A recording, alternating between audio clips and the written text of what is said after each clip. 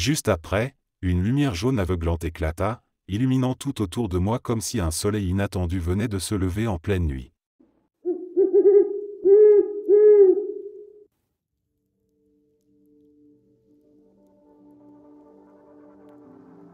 Il y a quelques années, ma tante est tombée gravement malade. Elle a été admise en soins intensifs, où elle est restée environ une semaine.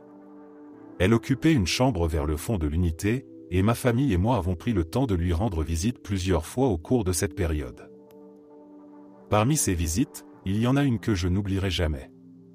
C'est une expérience si marquante qu'elle reste gravée dans mon esprit, et je doute un jour de pouvoir la décrire de manière à ce que quelqu'un comprenne pleinement ce que j'ai vécu. J'en ai parlé à quelques personnes, et bien que la plupart m'aient cru, je sais que cette histoire semble presque irréelle. Je me souviens de ce jour où nous attendions que l'infirmière nous autorise à entrer dans l'unité de soins intensifs.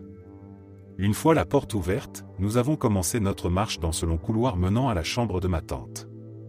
À gauche se trouvait le poste des infirmières, et à droite, les chambres des patients. Normalement, je garde toujours les yeux fixés droit devant moi quand je marche dans un hôpital, par respect pour l'intimité des gens, mais ce jour-là, sans trop savoir pourquoi, j'ai tourné la tête vers la droite pour jeter un œil aux chambres que nous longions. Si vous avez déjà visité des soins intensifs, vous savez à quel point il peut être douloureux de voir des gens dans un état critique. Pourtant, malgré cette connaissance, j'ai regardé. La première chambre que nous avons passée avait les rideaux tirés. Rien à voir. Mais la scène que j'ai aperçue dans la chambre suivante me hante encore. Une femme était allongée dans le lit. Elle paraissait âgée, peut-être dans la soixantaine ou la soixante-dizaine. Sa tête était légèrement penchée en arrière, la bouche entr'ouverte, et ses yeux étaient clos. Elle semblait profondément endormie. Mes yeux sont restés fixés sur elle alors que nous continuions d'avancer. Dans ces chambres, il y avait une porte d'accès et, juste à côté, une large fenêtre donnant sur l'intérieur. Cette chambre-là avait la porte ouverte et les rideaux écartés, permettant de voir l'ensemble de la pièce. Je la regardais toujours quand la poutre en acier de l'encadrement de la porte a brièvement obstrué ma vision. Mais, en me décalant de quelques pas, ce que j'ai vu ensuite m'a littéralement coupé le souffle. La femme n'était plus endormie. Et elle n'était plus seule. Elle était encore dans le lit, mais cette fois, elle regardait avec une expression paisible une silhouette qui se tenait juste au-dessus d'elle. Sa main était mollement tendue, et la figure mystérieuse la lui tenait avec une douceur infinie. Je sais que ce que je m'apprête à décrire semble irréel, mais je vous jure que c'est exactement ce que j'ai vu. La silhouette, c'était une femme, du moins je pense. Elle était petite et portait une longue robe noire. Un voile noir, court, recouvrait son visage. Ses cheveux bruns étaient relevés en un chignon élégant. Ce qui m'a le plus frappé, ce sont ses ailes. Elles étaient grandes, somptueuses, presque comme celles des anges que l'on voit dans les représentations classiques, mais avec une texture plus acérée, plus tranchante, sans que je puisse vraiment décrire leur apparence. Peut-être que je devrais essayer de dessiner ce que j'ai vu pour mieux m'expliquer. Toute la scène dégageait une sérénité incroyable. La femme dans le lit semblait transportée par un sentiment de béatitude, tandis que la figure angélique la regardait avec une douceur infinie. Ce qui était étrange, c'est que je n'aurais jamais pensé qu'un ange habillé de noir aurait pu symboliser quelque chose de positif, mais l'atmosphère était tellement paisible, presque sacrée. Tout cela n'a duré que quelques secondes, le temps que je passe devant la chambre, mais cette vision ne m'a jamais quitté. J'ai ressenti une sorte d'émerveillement, un mélange d'admiration et de curiosité. Nous avons passé l'heure suivante auprès de ma tante, mais je ne pouvais pas chasser cette image de mon esprit. Quand nous sommes repartis, j'ai jeté un coup d'œil dans cette même chambre en repassant devant. La femme n'y était plus. La pièce était vide. Ai-je vu un ange de la mort ce jour-là? Est-ce que de telles entités existent vraiment? J'ai toujours été ouvert aux phénomènes paranormaux, mais c'était si étrange, si intense. Je sais ce que j'ai vu. Je ne sais simplement pas comment le nommer.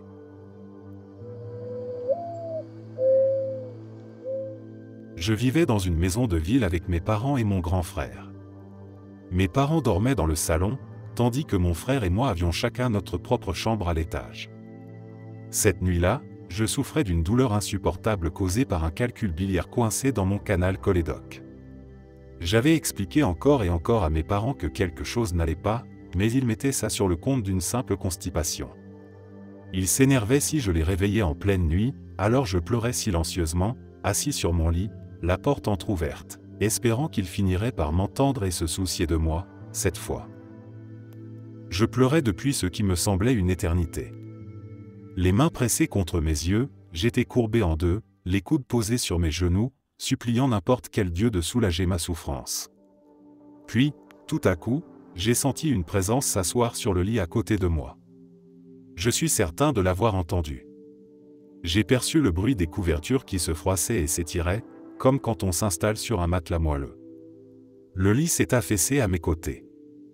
Au même instant, la douleur a disparu, littéralement comme si elle s'était évaporée. Une vague de paix m'a enveloppé, une sérénité d'une intensité que je n'avais jamais connue auparavant, comme ce soulagement qu'on ressent après une journée harassante, en s'étendant enfin sur son lit mais amplifié 1000 fois. Je n'ai jamais ressenti ni vécu quelque chose de semblable, ni avant ni depuis, mais c'est un souvenir gravé en moi. J'ai la conviction que quelqu'un, ou quelque chose, a senti ma solitude et compris que j'avais désespérément besoin de réconfort. Bien que je ne sois pas croyant, je m'imagine que c'est ce que l'on ressentirait si Dieu envoyait un ange pour nous apaiser dans nos moments les plus sombres.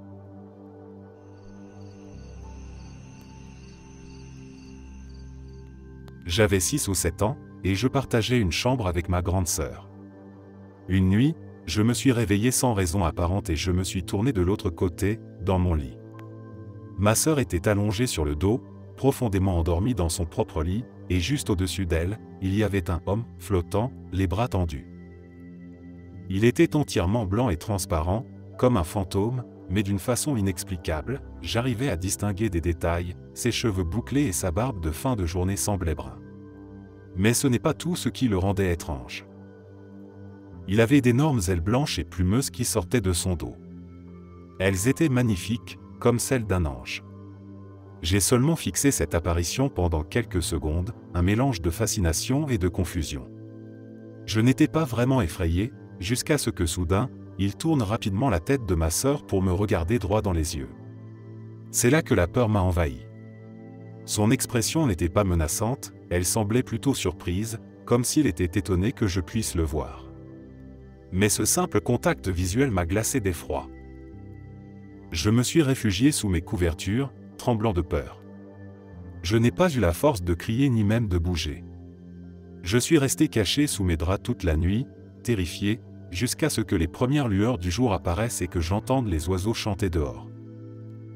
Dès que ma sœur s'est réveillée, j'étais tellement excité de lui raconter ce que j'avais vu, mais elle ne m'a pas cru.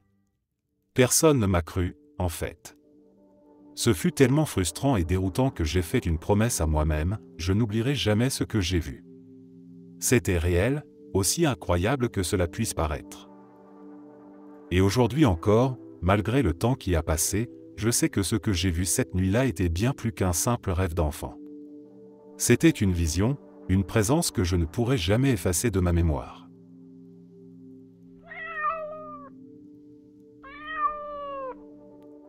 Je me souviens de cette matinée comme si elle était gravée dans ma mémoire. Le soleil brillait d'une lumière dorée qui se reflétait sur les champs encore humides de rosée. Je conduisais sur une route de campagne, une de ces routes que l'on connaît si bien qu'on en oublie presque de faire attention.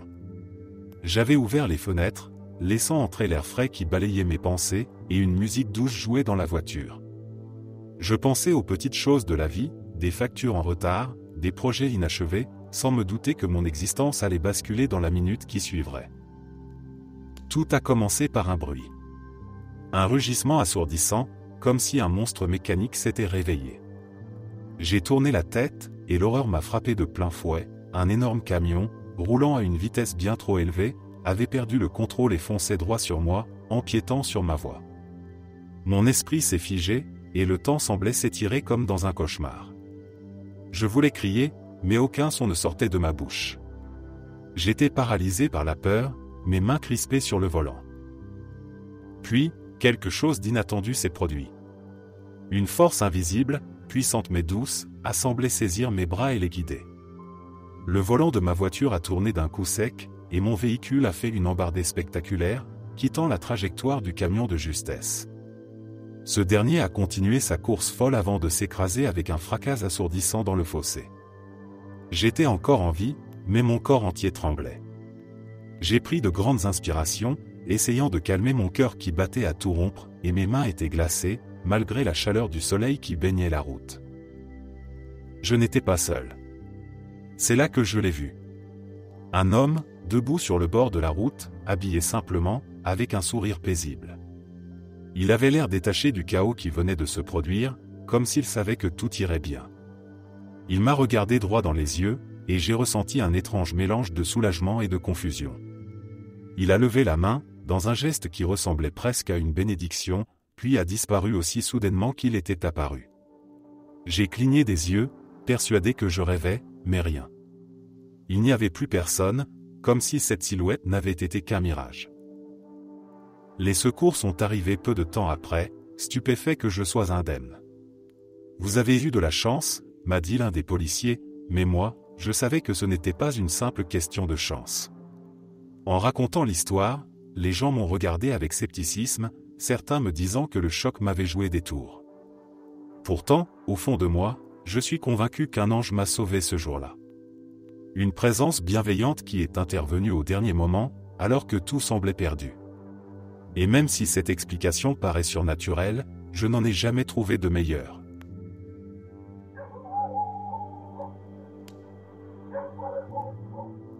C'était en 1981. J'avais 19 ans et j'assistais à une fête d'Halloween. La fête avait lieu au 2e étage du centre étudiant de mon université. Une rumeur courait que l'un des bols de punch avait été mélangé à de l'alcool. Je ne savais pas lequel, mais j'ai bu plusieurs verres d'un punch, et je me sentais merveilleusement bien. Pendant le film projeté pendant la soirée, je suis parti. Je ne me souviens pas d'avoir descendu les escaliers, mais je me rappelle être monté sur la rampe du hall, puis de m'être réveillé assise sur la dernière marche, en train de somnoler. D'une manière ou d'une autre, je n'étais pas tombé ni blessé. J'ai décidé qu'il était temps de rentrer chez moi. Mais je ne me souvenais plus où j'avais garé ma voiture, alors j'ai décidé de marcher vers le centre-ville pour ensuite essayer de la retrouver plus tard. Je portais un costume de danseuse orientale, avec des talons de 10 cm. Je me suis levé, un peu chancelante, et j'ai commencé à marcher vers l'extérieur. J'ai pris la direction du centre-ville, même si, à cette époque, ce n'était pas vraiment sûr, surtout pour une femme seule la nuit. Il y avait quelques bars très malfamés, connus pour attirer des clients à la réputation douteuse. Aucun étudiant n'y mettait les pieds. Un des bars avait même la réputation d'être un endroit dangereux, où des femmes étaient attirées pour y être agressées. Je m'approchais presque de cette partie de la ville lorsque soudain, une Cadillac blanche s'est arrêtée à ma hauteur. Un homme vêtu d'un smoking blanc avec un nœud papillon blanc m'a demandé si j'avais besoin d'un retour chez moi. Il m'a dit de monter dans la voiture, et, étrangement, j'ai accepté. Je me suis allongé à l'arrière, m'étalant sur la banquette pour dormir, c'était avant que les lois sur la ceinture de sécurité ne soient strictes. Je me souviens qu'il m'a dit qu'il m'avait vu quitter le centre étudiant et qu'il s'était inquiété pour ma sécurité. Il m'a expliqué que le centre-ville n'était pas sûr pour une femme seule, et qu'il voulait s'assurer que je ne sois pas blessé. Alors que je m'assoupissais, des visions incroyablement vives ont commencé à me traverser l'esprit. Je voyais des images de ce qui aurait pu m'arriver si j'avais continué vers ce quartier dangereux. Ce n'étaient pas des scènes spécifiques au centre-ville où je me trouvais, mais des visions qui semblaient montrer des destins tragiques. La première vision montrait une femme dans une boîte de nuit. Elle avait été droguée, et, des heures plus tard, elle se réveillait, nue, sur une plage déserte, ne sachant pas comment elle était arrivée là. Il faisait nuit, la plage était plongée dans l'obscurité. Je pouvais entendre ses cris, son désespoir, et personne ne semblait l'entendre. Je me suis réveillé brièvement, réalisant que j'étais toujours dans cette voiture inconnue, avant de sombrer de nouveau. Puis, j'ai vu une autoroute menant à la mer. J'ai eu la vision d'une autre femme, détenue de force pendant des heures par plusieurs hommes. Une fois la nuit tombée, ils l'avaient emmenée sur un bateau, l'avaient ligotée et jetée à la mer pour la noyer. Miraculeusement, elle avait survécu, ramenée à la côte par des vagues et une force inexplicable. Elle avait réussi à rouler sur elle-même pour se mettre en sécurité. Pendant ce temps, les hommes étaient revenus sur la terre ferme, continuant leur soirée comme si de rien n'était. Je me suis encore réveillé, cette fois en voyant l'océan défiler. Il semblait que cet homme conduisait sur la plage la nuit. Je me suis rendormi. La dernière vision montrait une femme menacée avec un couteau dans une maison de plage. Elle s'échappait, courant le long de la plage, parvenant à échapper à son agresseur. Quand j'ai ouvert les yeux, la voiture s'arrêtait dans l'allée de la maison de ma grand-mère. Ce qui est étrange, c'est que je ne lui avais jamais donné mon adresse, et je n'avais aucune idée de comment il savait où habitait ma grand-mère, qui vivait à une quinzaine de kilomètres de là. Ma grand-mère est sortie et a parlé brièvement avec l'homme, pensant que c'était un ami que je connaissais. Elle a vite compris que quelque chose n'allait pas. En rentrant dans la maison, elle a remarqué que j'étais confuse. Elle m'a demandé si quelqu'un m'avait drogué. Je lui ai répondu que non. Elle a tapoté doucement mon visage pour m'empêcher de me rendormir et m'a demandé si quelqu'un m'avait attaqué lors de la soirée. J'ai répondu que non. Elle m'a demandé si le punch contenait de l'alcool caché, et j'ai dit, probablement quelque chose sans odeur. Elle m'a ensuite demandé qui était cet homme, et j'ai admis que je ne savais pas. Elle m'a alors dit quelque chose qui me hante encore aujourd'hui, mon ange gardien veillait sur moi cette nuit-là. Elle m'a dit que cet homme aurait pu me faire du mal, et que si je m'en étais sorti, je n'aurais pas été capable de donner de détails précis sur lui. Après quelques heures, je me suis endormi, et le lendemain matin, j'allais bien. J'ai retrouvé ma voiture le jour suivant. Quand j'ai demandé aux gens de la fête s'ils avaient vu ce type ou s'il était de l'université, personne ne savait qui c'était. Personne ne l'avait vu. Alors, à l'ange vêtu d'un smoking blanc, avec son nœud papillon et sa Cadillac blanche, je te remercie de m'avoir protégé du danger.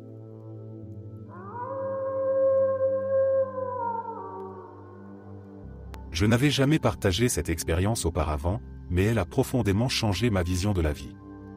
Ma grand-mère était décédée l'année précédente, et dans ma famille, tout le monde savait que mon grand-père ne tarderait probablement pas à la rejoindre. Cet événement m'a permis de comprendre, d'une manière intuitive et profonde, et pas seulement sur un plan logique, qu'il y a un sens et une beauté dans la mort. Même si ce n'était qu'une construction subconsciente, je ressens une immense gratitude envers ce moment. Je ne suis pas croyant, je n'ai pas grandi dans une tradition chrétienne, et je n'ai jamais ressenti de lien avec la vision biblique des anges. C'est pourquoi la certitude absolue que j'ai ressenti une vérité plus profonde que toutes les vérités durant cette expérience m'a tellement surpris. Je pratique le rêve lucide comme un exercice spirituel, bien que je sache que le simple fait que j'étais endormi puisse discréditer cette expérience aux yeux de beaucoup de gens. Pourtant, il y a une différence marquée entre des rêves façonnés par notre esprit et des expériences qui semblent venir de quelque chose d'immensément plus grand, au-delà de notre capacité humaine à comprendre. On ne peut pas imaginer cette différence tant qu'on ne l'a pas réellement ressentie. Mon rêve a basculé d'une scène typique de rêve lucide à quelque chose qui m'a rempli d'une immense révérence. J'étais dans une clairière baignée de soleil, d'un vert éclatant, et une entité planait dans les airs, se déplaçant lentement. Mon grand-père marchait derrière elle, la tête basse, et, peu importe combien je criais, il ne me répondait pas. Une pensée claire m'a traversé l'esprit, ce que je voyais en regardant cet être n'était pas sa véritable essence. Je mets voir et être entre guillemets, car les mots ne sont pas tout à fait adéquats. J'avais la sensation, ou plutôt la certitude, que c'était ce que mon cerveau pouvait interpréter d'une visitation qui dépassait la compréhension humaine. Je savais également que c'était un ange, une sorte d'intermédiaire, bien que ce qu'on a mythifié à travers les âges ne soit pas la réalité de ce qu'ils sont. Je n'avais jamais cru en ces entités auparavant, mais cette expérience me paraissait plus réelle que tout ce que j'avais pu vivre en étant éveillé. Il ressemblait à un humain, mais son corps semblait constitué de toutes les couleurs et en même temps d'aucune couleur que je pouvais réellement percevoir. C'était un peu comme du chrome, sans être argenté. Petite parenthèse, j'avais déjà ressenti cette couleur dans un autre rêve, où j'avais traversé une caverne en bateau, observant des écritures et des œuvres d'art sur les murs, qui me donnaient l'impression d'être infiniment connecté à l'humanité à travers le temps. Ces ailes semblaient symboliques, mais elles étaient massives et se déplaçaient avec une lenteur solennelle. Même en essayant de m'en souvenir d'instant en instant, je ne parvenais pas à conserver leur image dans mon esprit. Elles avaient des bords rouges. L'être portait un masque qui ressemblait à celui d'une chouette effraie, de grands yeux noirs en amande, sans nez, et un menton ou un bec pointu sans mâchoire ni bouche. Le masque, lui aussi, était bordé de rouge. J'avais la certitude que voir ce qui se cachait derrière le masque me briserait d'une manière que je n'étais pas prêt à vivre tant que je ne serais pas sur le point de mourir. Quand mon grand-père n'a pas répondu à mes cris, j'ai couru et sauté dans les airs pour m'agripper fermement à cet être autour de la taille. Je me souviens d'une sensation éclatante d'élévation, de couleurs irisées ou holographiques, sans que ce soit visuel, étrangement, et d'un choc électrique de paix profonde, de joie, de sérénité, et d'abandon total au flot de l'univers. Tout était exactement comme il devait être, même les choses qui causaient de la souffrance. C'était écrasant, et je me suis senti submergé par une émotion d'une intensité que j'ai rarement connue. Je savais alors que ce qui allait suivre, comme ce qui se trouvait sous le masque, ne pouvait tout simplement pas être vécu, même dans cette forme atténuée, et c'est à ce moment-là que je me suis réveillé.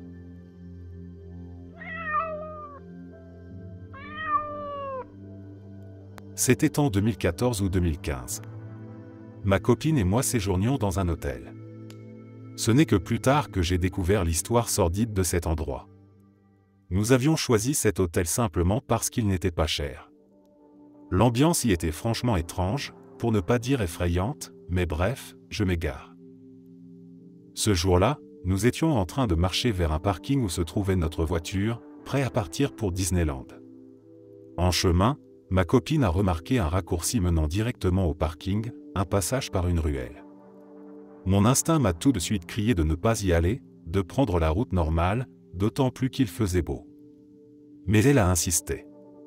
Alors, j'ai cédé. Pourquoi pas, allons-y.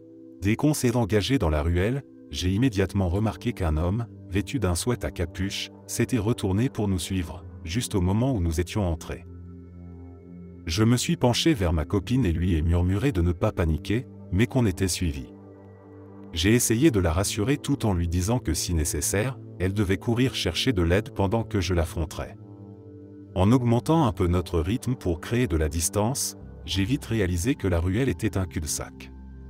Il n'y avait pas d'autre issue que de retourner d'où nous venions. L'homme se rapprochait, et ses mains étaient plongées dans la poche ventrale de son sweat. Mon cœur battait à tout rompre. Je me préparais à me défendre, serrant mes clés dans mon poing comme une arme improvisée. J'étais prêt à faire face, quand soudain, en passant près d'une benne à ordures, une scène improbable s'est déroulée sous nos yeux. Je vous jure que deux hommes, en costume impeccable, portant des attachés-caisses, sont apparus de nulle part et nous ont salués en disant « Bonjour », tout en marchant d'un pas rapide. Ils portaient des lunettes de soleil noires, étaient blancs, très grands, mesurant au moins 1,80 m. J'étais tellement sidéré que je n'ai pas pu leur répondre. C'était comme si le temps s'était figé. L'homme au sweat à capuche, quant à lui, a brusquement fait demi-tour et s'est mis à courir, s'éloignant de la ruelle aussi vite qu'il le pouvait. Ma copine et moi, choqués, avons suivi les deux hommes en costume jusqu'à ce que nous retrouvions la rue principale et sa sécurité. Le type en capuche avait disparu sans laisser de traces. Et, de manière tout aussi mystérieuse, les deux hommes en costume avaient, eux aussi, disparu dans la foule. Je suis convaincu que ces hommes étaient des anges, envoyés pour nous protéger d'un danger imminent. Ils ont sauvé ma vie et celle de ma copine, qui est aujourd'hui ma femme. Encore aujourd'hui, je plaisante avec elle en lui reprochant cette idée absurde de couper par la ruelle ce jour-là.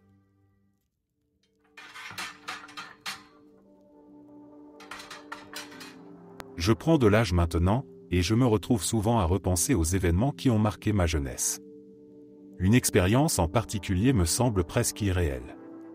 J'ai grandi dans une ville appelée Quéanbeyan, en Nouvelle-Galles du Sud, en Australie. À l'époque, c'était un endroit plutôt modeste, rempli de logements sociaux et de familles à faible revenu.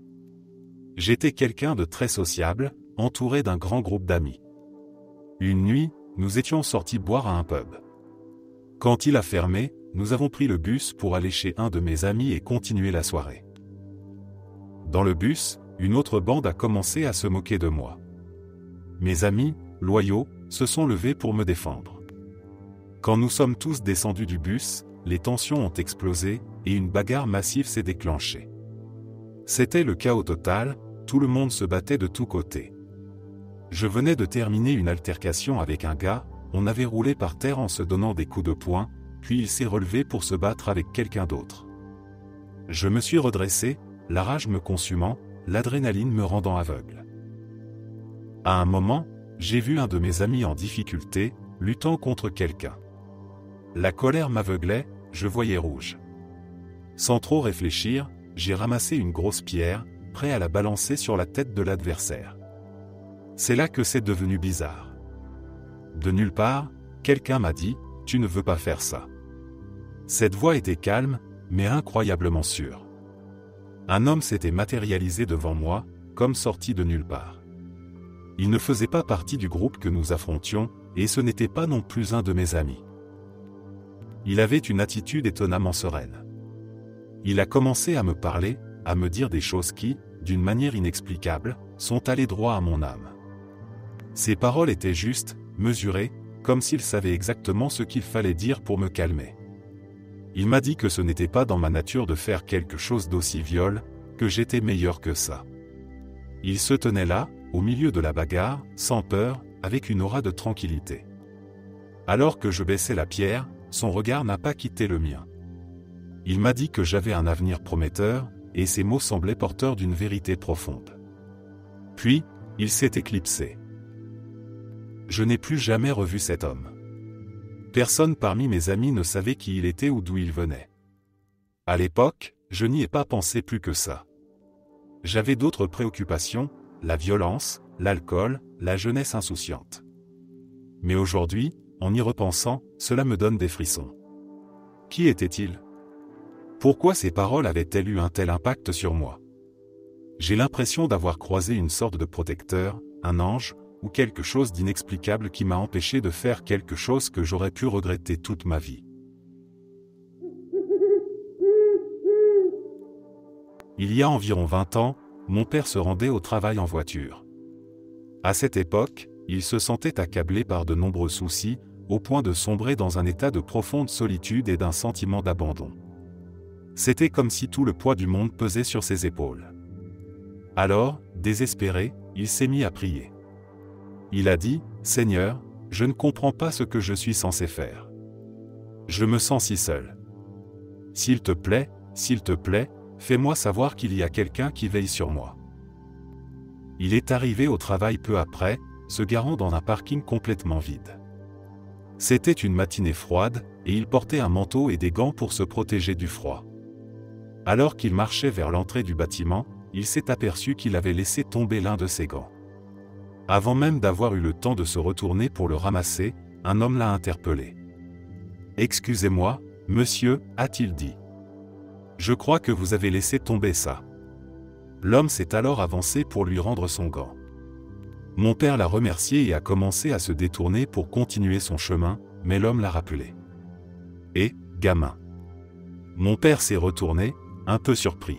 « C'est rassurant de savoir que quelqu'un veille sur toi, non ? » Mon père a simplement souri, un sourire qui était à la fois de gratitude et de stupeur, et il a remercié l'homme une fois de plus. Il a commencé à marcher vers l'entrée de son lieu de travail, mais soudain, la réalisation l'a frappé. Cet homme venait de prononcer exactement les mots de sa prière, des mots qui résonnaient comme une réponse directe. Pris d'un élan de curiosité et d'émerveillement, il s'est retourné une fois de plus pour voir où l'homme était allé. Mais l'homme avait disparu. Il n'y avait plus personne. Juste le parking vide, glacé, comme si cet homme n'avait jamais été là. Cette expérience a laissé une impression profonde en lui, un souvenir qui a marqué sa vie.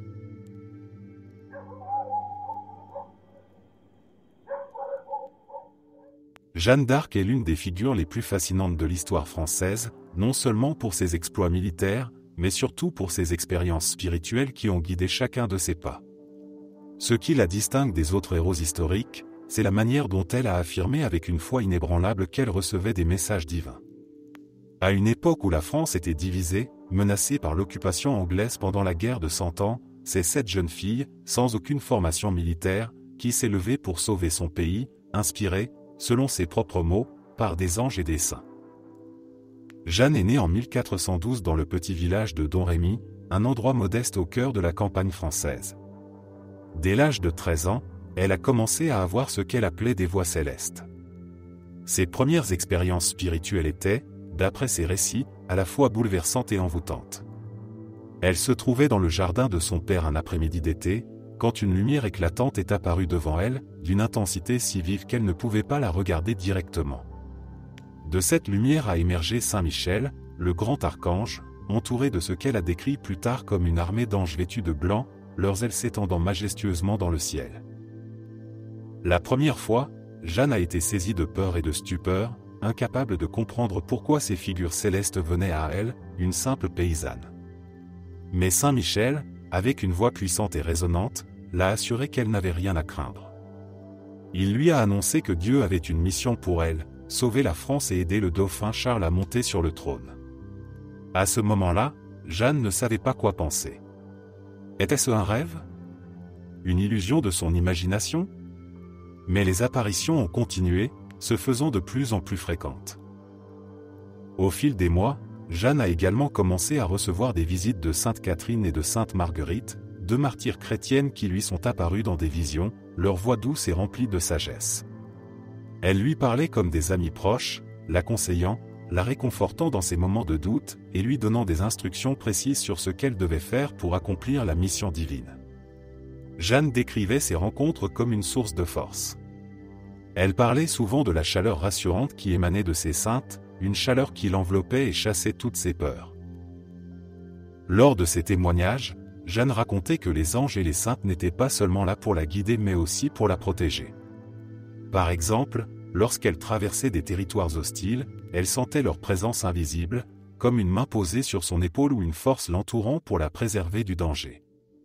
Elle disait que, même dans les situations les plus périlleuses, elle n'avait jamais ressenti une peur humaine normale, au lieu de cela, elle avait une assurance surnaturelle, convaincue que Dieu la protégeait. Lorsque Jeanne est arrivée à Chinon pour rencontrer le dauphin Charles, elle était vêtue de simples habits de paysanne.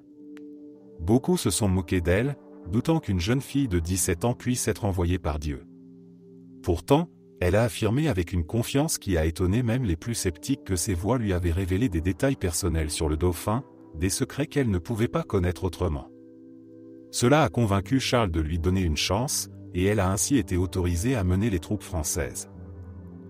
Sur le champ de bataille, Jeanne a continué de se fier aux instructions des anges. Avant chaque bataille, elle passait de longues heures en prière, demandant conseil et courage à Saint Michel, Sainte Catherine et Sainte Marguerite. Elle portait une bannière sur laquelle était représentée une image de Jésus et des anges, car elle croyait fermement que c'était sous ce signe que la France triompherait. Ses troupes, inspirées par sa ferveur et sa détermination, se sont battues avec une ardeur renouvelée, remportant victoire après victoire, comme à Orléans où Jeanne a mené une attaque décisive. Mais les expériences de Jeanne avec les anges ne se limitaient pas au moment de triomphe. Dans les instants les plus sombres, quand la guerre devenait trop lourde à porter, elle ressentait encore cette présence réconfortante. Même lorsqu'elle a été capturée par les Bourguignons et emprisonnée, ses voix n'ont jamais cessé de lui parler. Elle racontait que, dans sa cellule froide et solitaire, elle voyait encore la lumière des anges et entendait leurs mots de consolation. Il lui rappelait qu'elle avait accompli sa mission, que son sacrifice n'était pas vain, et que sa foi serait sa plus grande arme jusqu'à la fin. Jeanne d'Arc a été brûlée sur le bûcher en 1431, à l'âge de 19 ans, accusée d'hérésie. Pourtant, même face à la mort, elle a continué d'affirmer que ses visions étaient réelles, que les anges lui avaient parlé et l'avaient guidée.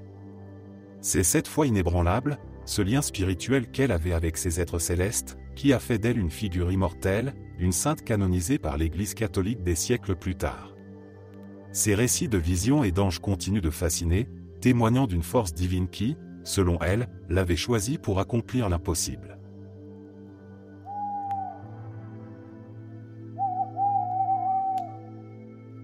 Chaque fois que je repense à cette expérience, les larmes me montent aux yeux, comme si l'émotion que j'ai ressentie ce jour-là restait vive, intacte, même après toutes ces années. C'était un après-midi ordinaire, et ma fille, qui avait à peine 2 ou 3 ans à l'époque, et moi avions décidé de faire une sieste ensemble. Je me souviens du soleil filtrant doucement à travers les rideaux, inondant la pièce d'une lumière chaude et rassurante. Elle était blottie contre moi, sa petite main posée sur mon bras, ses boucles blondes éparpillées sur l'oreiller, sa respiration légère et régulière. C'était l'un de ces moments de pure simplicité où le monde semblait se mettre en pause, juste pour nous laisser savourer ce lien maternel précieux. Nous étions en train de nous assoupir, et tout paraissait normal. Mais soudain, d'une manière que je n'ai jamais pu expliquer, je me suis réveillé sur un plan spirituel. Ce n'était pas un simple éveil physique, non. C'était comme si ma conscience s'était élevée à un autre niveau, comme si mon âme avait été tirée hors de mon sommeil par quelque chose de puissant et d'inexplicable. Une sensation de chaleur et de douceur m'a enveloppé, une paix si intense que j'ai su, d'une certaine manière, que quelque chose d'extraordinaire était en train de se produire. Je me suis tourné vers le pied du lit, et c'est là que je l'ai vu. L'ange. Il était accroupi, ses ailes immenses et majestueuses repliées doucement dans son dos. Ses plumes blanches semblaient vibrer avec une lumière douce, presque comme si elles captivaient et renvoyaient la chaleur même du soleil.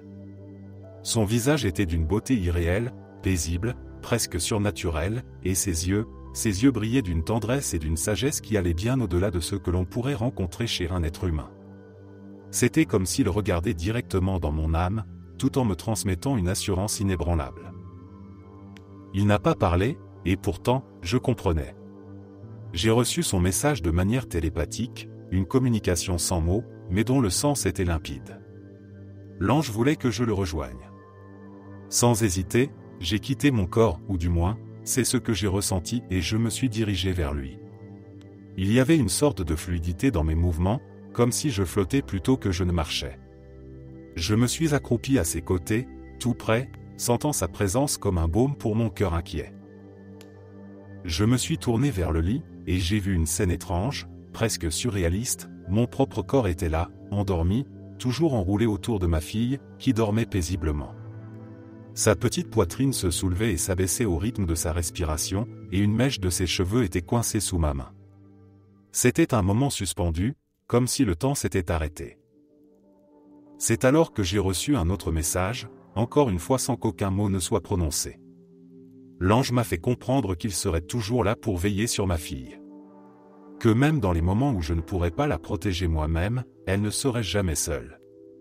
Il y avait dans ce message une promesse indéfectible, une certitude que m'a apporté un réconfort que je ne pouvais même pas imaginer auparavant. Être mère célibataire n'a jamais été facile, et les peurs, les doutes, les angoisses de ne pas être assez forte pour elle m'ont souvent hanté. Mais cet ange me donnait une assurance divine, ma fille serait en sécurité. Nous sommes restés ainsi, lui et moi, accroupis côte à côte, enveloppés d'une paix si pure qu'elle en devenait presque palpable. Je ne savais pas combien de temps nous étions restés là, mais il semblait que cet instant aurait pu durer une éternité. Et puis, comme si quelque chose m'attirait doucement en arrière, je suis revenu dans mon corps. J'ai ouvert les yeux, et des larmes coulaient silencieusement sur mes joues. J'étais réveillé, mais j'avais l'impression d'avoir vécu une expérience qui transcendait tout ce que j'avais jamais connu. Je n'ai jamais oublié cet après-midi. Même aujourd'hui, en parlant, l'émotion me submerge, et les mots me manquent pour exprimer la profondeur de ce que j'ai ressenti.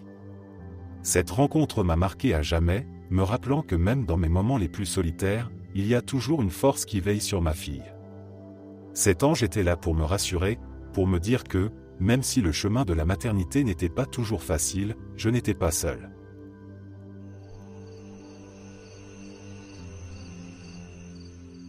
Cela s'est passé quand j'avais 5 ans. Bien que je sois athée aujourd'hui, cette expérience me laisse encore perplexe, et parfois elle me donne la chair de poule quand j'y repense. Je me demande si quelqu'un a déjà vécu quelque chose de semblable. Quand j'étais petit, je me souviens très bien d'être seul dans le salon, tranquillement assis devant la télévision. Ma mère était dans la pièce d'à accent grave côté, occupée à faire autre chose. L'après-midi était paisible, et il n'y avait rien d'étrange dans l'air, rien qui aurait pu annoncer ce qui allait se passer. J'étais plongé dans mon émission quand, pour une raison que je ne saurais expliquer, je me suis retourné. Et c'est là que je l'ai vue. Une femme d'une beauté saisissante se tenait là, debout, baignée de lumière. Elle avait de longs cheveux blonds, presque dorés, qui semblaient émettre leur propre éclat. Il y avait quelque chose de doux et de rassurant dans son sourire, mais son immobilité rendait la scène étrange, presque irréelle. Elle ne faisait aucun geste, elle ne parlait pas, elle se contentait de me regarder et de sourire avec une tendresse que je ne pouvais pas comprendre à cet âge. Je me souviens d'avoir ressenti une vague de surprise mêlée de confusion. Mon jeune esprit ne comprenait pas ce qui se passait. Ce n'était pas un membre de ma famille, ni quelqu'un que je connaissais, et pourtant, elle semblait si réelle, si présente. J'ai fixé son visage pendant ce qui m'a semblé être de longues secondes, essayant de comprendre. Mais la peur a fini par prendre le dessus, ou peut-être était-ce l'instinct de me réfugier auprès de ma mère. Je me suis précipité hors du salon, les pieds battant le sol, et je suis allé trouver ma mère, haletant, lui disant qu'il y avait une femme dans le salon. Elle est immédiatement venue voir, mais bien sûr, la femme avait disparu. Il n'y avait plus rien, juste le silence de la pièce, le son de la télévision en fond, et ma mère me regardant avec une expression d'incrédulité mêlée d'inquiétude. Je veux croire que c'était une hallucination passagère, un produit de l'imagination vive d'un enfant de 5 ans. Mais je ne peux pas l'écrire si facilement. Ce moment est resté gravé en moi, comme un souvenir plus clair que beaucoup d'autres de mon enfance. Je me rappelle la lumière, la douceur de ce sourire, le détail des cheveux de cette femme. Pourtant, je ne crois pas en Dieu, ni aux anges, ni à quoi que ce soit de surnaturel.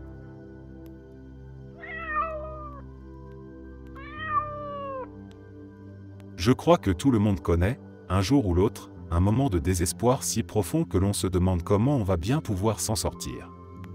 Pour moi, c'était une nuit froide de décembre, et la ville était plongée dans ce silence glacé qui rend tout plus pesant.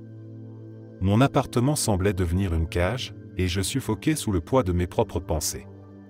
J'avais perdu mon travail quelques semaines plus tôt, et la personne avec qui je partageais ma vie m'avait quitté sans un regard en arrière.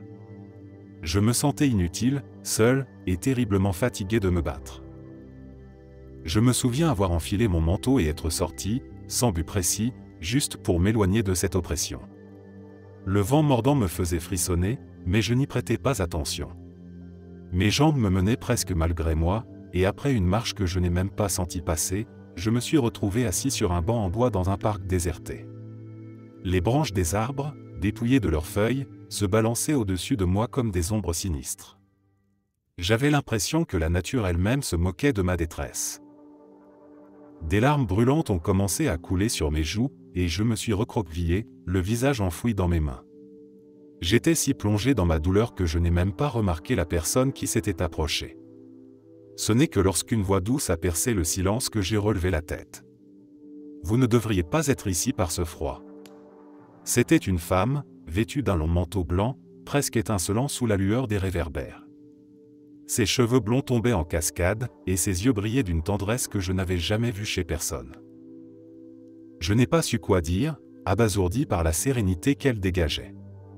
Elle s'est assise à côté de moi, sans rien ajouter pendant un long moment, se contentant de me regarder avec une compassion si profonde que je me suis senti mis à nu. Finalement, j'ai réussi à murmurer « Je ne sais plus quoi faire ». Ma voix s'est brisée, emportant avec elle toute la douleur accumulée. Elle a posé une main légère sur mon épaule, et je vous jure que j'ai ressenti une chaleur douce se propager dans mon corps, chassant un peu de ce froid qui m'avait envahi l'âme.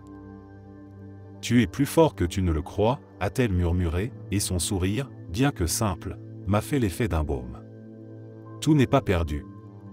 Ces mots ont résonné en moi, comme s'ils touchaient une corde sensible que j'avais oubliée. J'ai levé les yeux pour la remercier, mais elle avait disparu. Pas une ombre, pas une empreinte dans la neige fraîche. Juste cette chaleur persistante qui m'a accompagné jusqu'à chez moi, et un espoir que je croyais éteint.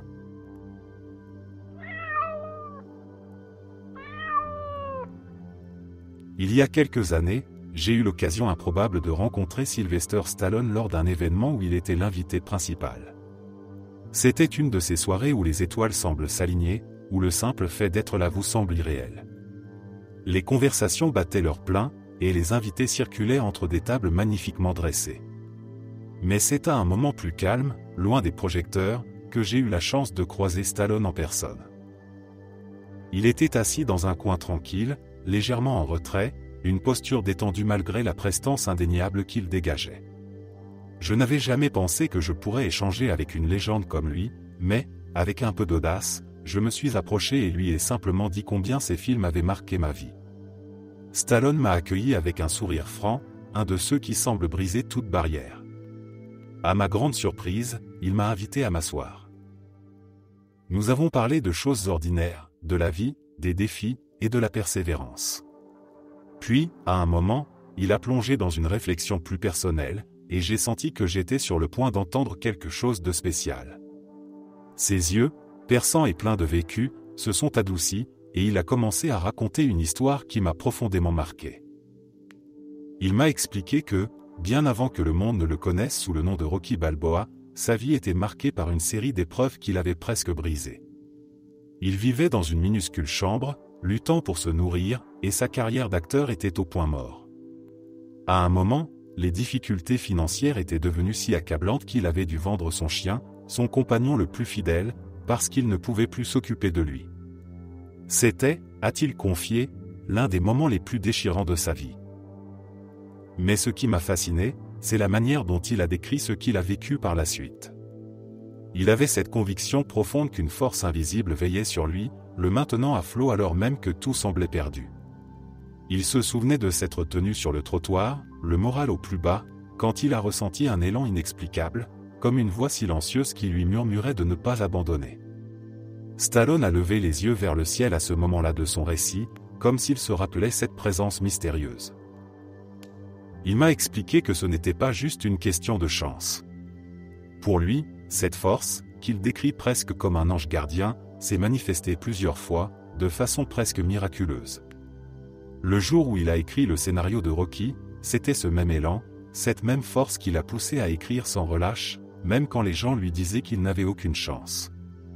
Il a raconté comment, contre toute attente, il a refusé de vendre son script à des studios qui ne voulaient pas de lui en tant qu'acteur principal, parce qu'il savait, au plus profond de lui, qu'il devait jouer ce rôle. C'était comme si quelqu'un ou quelque chose veillait sur ses rêves, même lorsque le monde semblait conspirer contre lui. Puis, avec un sourire nostalgique, il a mentionné qu'après le succès de Rocky, il a pu retrouver et racheter son chien, ce compagnon fidèle qu'il avait attendu malgré tout. Cette histoire, dit-il, était une preuve pour lui qu'il y avait quelque chose de plus grand, quelque chose qui le protégeait et lui donnait la force de se battre. En écoutant Stallone, je n'étais plus simplement face à une légende du cinéma, mais devant un homme qui avait connu la dévastation et trouvé une lumière dans l'obscurité. Ce récit de résilience, enveloppé d'un mysticisme qui défie la simple logique, m'a profondément ému. Quand il a terminé, il m'a regardé avec ce même sourire sincère et m'a dit que chacun de nous a une force qui veille, même si on ne la voit pas toujours. Cette conversation m'a marqué à jamais, me rappelant que même dans les moments les plus sombres, il y a une puissance qui nous pousse à continuer. Et si Sylvester Stallone, l'icône, y croit, alors peut-être que nous devrions tous prêter un peu plus d'attention aux forces invisibles qui nous entourent.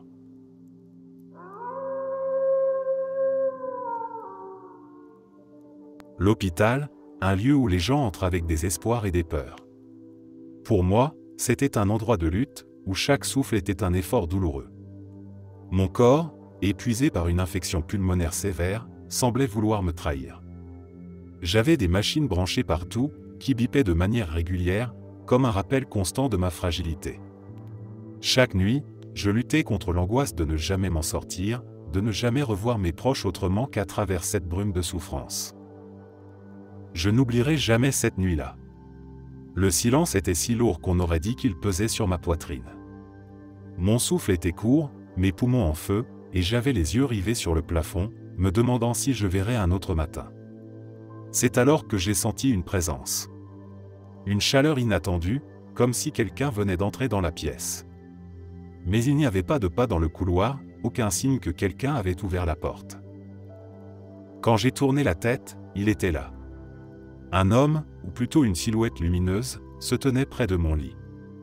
Il portait des vêtements blancs, et même si cela ressemblait vaguement à une tenue d'hôpital, la lumière qu'il émanait était douce et réconfortante, rien à voir avec l'éclat froid des néons. Son visage, je m'en souviens clairement, rayonnait d'une gentillesse infinie. Il s'est penché vers moi, et son sourire a effacé mes peurs d'un seul coup. « Ne crains rien », a-t-il dit d'une voix si calme que je me suis immédiatement détendu. « Tu vas t'en sortir. » Ces paroles ont traversé mes défenses, apportant une paix que je n'avais jamais ressentie. Il a posé une main sur ma poitrine, et j'ai senti une chaleur douce se répandre dans mon corps, apaisant la douleur et chassant les ombres de mon esprit. Je ne sais pas combien de temps cela a duré. Peut-être quelques secondes, peut-être plus. Mais quand il s'est redressé, j'avais l'impression d'être enveloppé dans un cocon de sérénité. Puis, comme un rêve qui s'estompe, il a disparu. La lumière s'est dissipée, et je me suis retrouvé dans cette chambre d'hôpital, mais je n'étais plus le même. Le lendemain matin, les médecins parlaient d'amélioration soudaine. Une progression inexpliquée, une sorte de miracle médical. Je n'ai jamais raconté à l'équipe ce que j'avais vu, de peur d'être pris pour un fou. Mais au fond de moi, je savais que cet ange était réel. Une présence céleste qui m'avait redonné l'envie de me battre, qui m'avait fait croire, même l'espace d'un instant, que tout irait bien.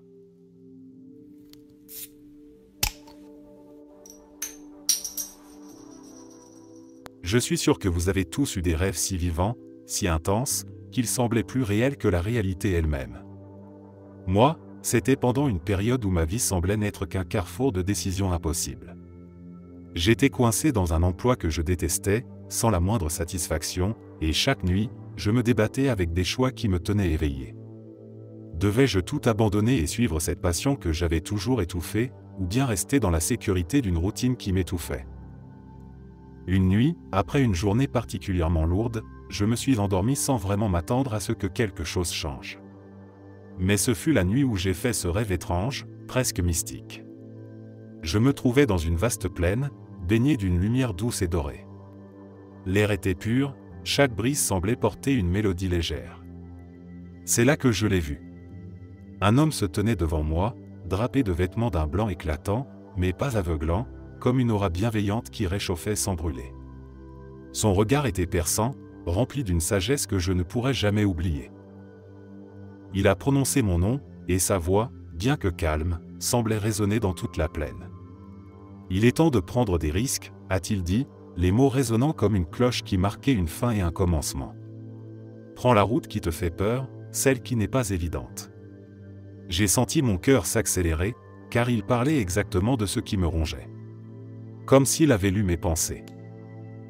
Avant que je ne puisse répondre, il m'a tendu une main, et j'ai senti une chaleur s'étendre de ses doigts jusqu'au plus profond de mon âme. Une vague de courage a envahi mon cœur, et je me suis réveillé brusquement, assis dans mon lit, le souffle court. L'aube se levait, et pourtant ce rêve restait plus réel que la lumière du jour. Le message de cet ange, si c'en était un, s'était imprimé en moi. J'étais terrifié, mais une énergie nouvelle m'habitait. Le lendemain, cette phrase ne me quittait plus. J'ai passé des heures à réfléchir, à peser les options, mais ce rêve m'avait donné la réponse que je cherchais. J'ai fini par démissionner de mon emploi, un saut dans l'inconnu qui me terrifiait, mais je ne pouvais ignorer ce que j'avais ressenti. Ce choix m'a conduit sur un chemin que je n'aurais jamais osé prendre, et il a changé ma vie de manière extraordinaire. Parfois, je me demande encore ce qui serait arrivé si je n'avais pas écouté ce message crucial, ce cadeau venu d'un être mystérieux.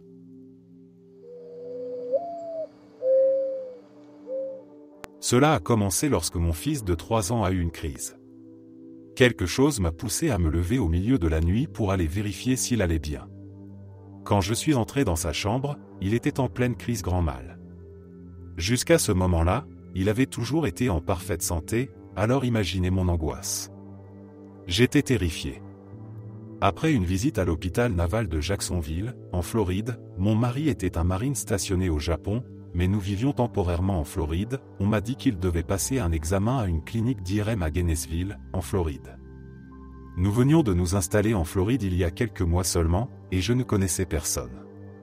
J'étais pétrifié à l'idée de ce rendez-vous, surtout parce qu'il était fixé à 7h30 du matin, et je n'avais absolument aucune idée de comment m'y rendre. J'avais parlé de mes inquiétudes au médecin de la base navale, et sa seule réponse avait été de me conseiller d'acheter une carte. À l'époque, il n'y avait ni téléphone portable ni GPS. Alors, j'ai pris mes 2 fils, je les ai installés dans la voiture, et nous sommes partis à 3h30 du matin. Mon plan était de m'arrêter dans une station-service pour acheter une carte ou demander des indications. Il était environ 4h15, et je conduisais nerveusement sur cette route sombre en direction de Gainesville, mes mains serrées sur le volant. Je roulais sur la voie de droite quand soudain, une voiture s'est alignée à ma gauche. La vitre côté passager était baissée, et à travers l'obscurité, je voyais un homme âgé qui me faisait signe de baisser ma vitre. L'intérieur de sa voiture était éclairé, et je pouvais distinguer qu'il tenait ce qui ressemblait à une sorte de bloc-notes métallique. C'était étrange. Il a dit, d'une voix calme, « Vous allez à la clinique d'IRM. Suivez-moi, s'il vous plaît. » Je dois avouer que ma première pensée a été de croire qu'il s'agissait d'un dangereux prédateur, prêt à m'attirer sur une route isolée pour me faire du mal. Nous nous sommes arrêtés à 2 feux rouges, et chaque fois, je voulais lui demander comment il savait où j'allais. Il n'avait pas posé de questions, il savait simplement. Mais j'étais trop terrifié pour sortir de la voiture ou pour lui parler. Finalement, j'ai décidé de le suivre, mon cœur battant à tout rompre. Pendant environ 30 minutes, j'ai suivi cette voiture. Elle a fini par s'arrêter devant un bâtiment, et l'homme a pointé du doigt la clinique. Il m'avait amené directement à destination. Je me suis arrêté, et, submergé par la gratitude, je me suis tourné pour sortir et remercier ce gentil étranger. Mais il n'y avait personne. Plus de voiture, pas de feux arrière au loin, rien. Juste le silence de la route déserte. C'était comme s'il s'était évaporé dans l'air. Je m'en souviens comme si c'était hier. Cette rencontre a marqué mon esprit, et même si je ne suis pas croyante, c'est la seule chose qui semble logique pour expliquer ce qui s'est passé, un ange gardien. Mon fils a ensuite été diagnostiqué avec une forme d'épilepsie qu'il a heureusement surmontée pendant son adolescence. Quand je suis revenu à Jacksonville, j'ai demandé au médecin s'il avait envoyé quelqu'un pour m'aider ce matin-là. Il a ri, comme si c'était une idée totalement absurde.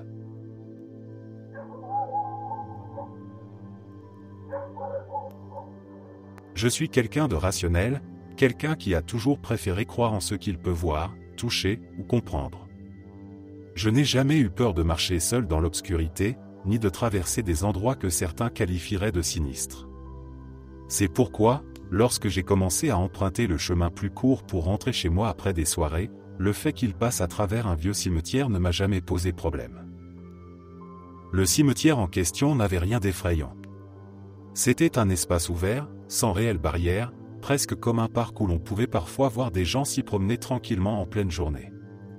La nuit, tout était calme, paisible même. Et en traversant ce lieu, je trouvais une étrange forme de sérénité, loin du bruit de la ville et des risques de croiser des individus peu recommandables. Ce soir-là, je rentrais un peu plus tard que d'habitude. Nous avions organisé un défi entre amis, ne pas boire une goutte d'alcool pendant tout le mois d'octobre. Alors, bien que la soirée ait été animée, j'étais parfaitement sobre. L'air était frais, l'atmosphère douce, et la lune éclairait les allées du cimetière. Je me sentais tranquille, comme à l'accoutumée. Puis, soudain, tout bascula. Un grondement retentit, semblable au tonnerre, mais il n'y avait pas un nuage dans le ciel. Juste après, une lumière jaune aveuglante éclata, illuminant tout autour de moi comme si un soleil inattendu venait de se lever en pleine nuit. Le temps semblait ralentir, se figer presque. Pendant cet instant suspendu, j'ai vu quelque chose. Une forme se tenait là, enveloppée d'une lumière jaune si intense qu'elle semblait irradier de chaleur et d'énergie. La silhouette paraissait humaine, mais il y avait quelque chose de surnaturel, d'inexplicable.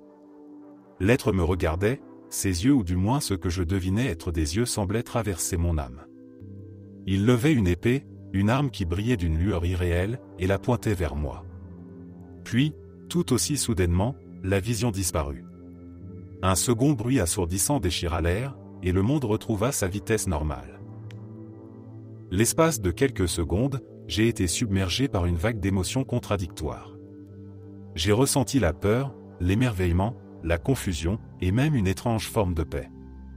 Tout se mélangeait dans ma poitrine comme une tempête incontrôlable. Mon cœur battait si fort que j'avais l'impression qu'il allait éclater. L'instinct de survie a pris le dessus, et je me suis mis à courir, les jambes tremblantes, sans m'arrêter avant d'avoir franchi le seuil de mon appartement. Cette expérience m'a laissé vider, si épuisé que je me suis effondré sur mon lit et sombré dans un sommeil sans rêve. Le lendemain matin, je ne me suis même pas réveillé pour aller travailler, chose qui ne m'était jamais arrivée. Je restais là, alourdi par une fatigue que je n'avais jamais connue. Depuis, je repense souvent à ce que j'ai vu. Il y a des moments où, en y réfléchissant, je sens presque naître en moi une forme de croyance, une envie d'accepter qu'il y ait plus que ce que l'on peut comprendre. Mais c'est comme une pensée inachevée, quelque chose que je n'arrive pas à cerner. Ce qui est certain, c'est que je n'ai plus jamais osé repasser par ce chemin. Pourtant, parfois, je suis tenté. Comme si une partie de moi voulait revivre cette expérience inexplicable, ressentir à nouveau ce mélange insensé d'émotions et d'énergie. Mais une autre part, plus prudente, me retient. Merci d'être resté jusqu'à la fin. N'oubliez pas d'aimer la vidéo, de vous abonner et de partager vos propres histoires en commentaire. On se retrouve demain à la même heure devant ce feu.